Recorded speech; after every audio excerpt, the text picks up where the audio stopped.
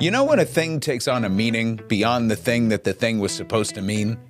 The moment when the bottom of the barrel of your little movement takes hold of it and turns it into something cuckoo for Cocoa Puffs? You know, we are addressed as MAGA extremists, extreme MAGA Republicans, and I would like to make just a clarification point.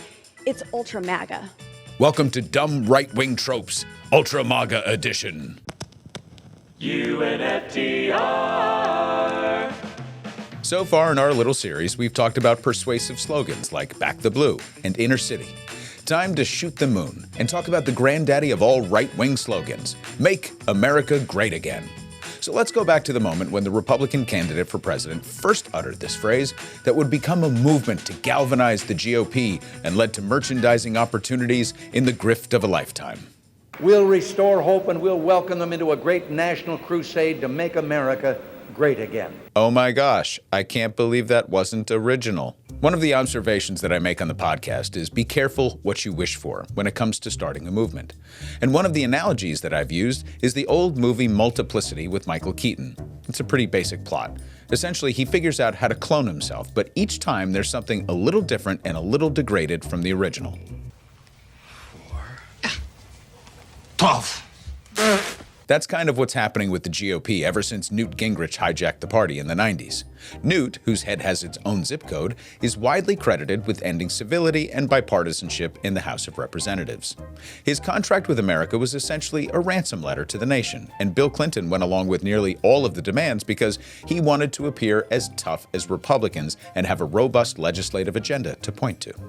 Aside from pushing the country to the right by holding the Clinton White House hostage on all policies, Gingrich had another reason for living: to doggedly hunt Clinton over ethics violations stemming from his affair with his intern, Monica Lewinsky, all while conducting his own affair.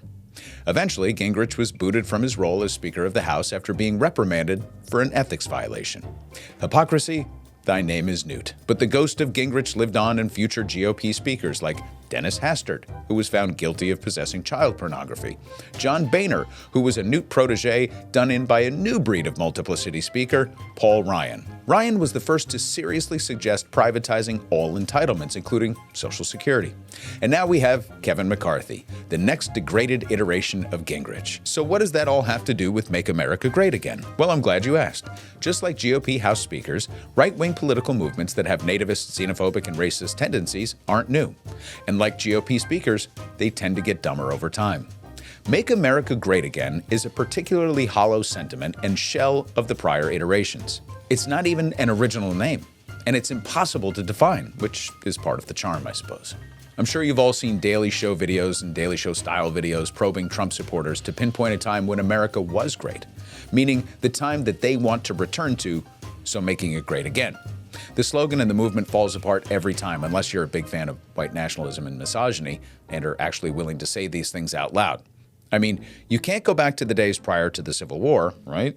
Or before women's suffrage, or the Jim Crow era, the Great Depression, and before voting rights. And so maybe we look at a couple of years in the early 70s when rights were catching up, Roe v. Wade was passed, the middle class was moving forward, and theoretically everyone could vote.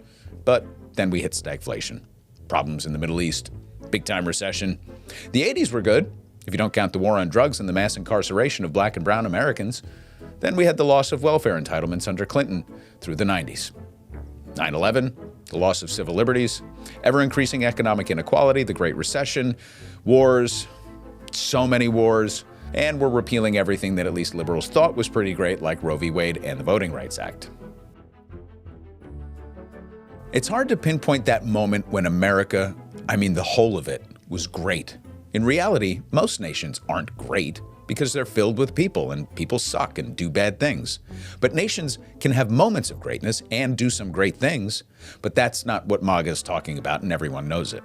Like Kevin McCarthy is the effed up version of Newt Gingrich several botched cloning attempts later, MAGA is just the cheap reincarnation of the long-forgotten American Party in the 1950s, better known by their secret name, the Know-Nothings. Because if anybody ever asked about their stupid society, they were supposed to say, "I know nothing." Whatever. Let me know if this at all sounds familiar. The Know-Nothings did stand for some things.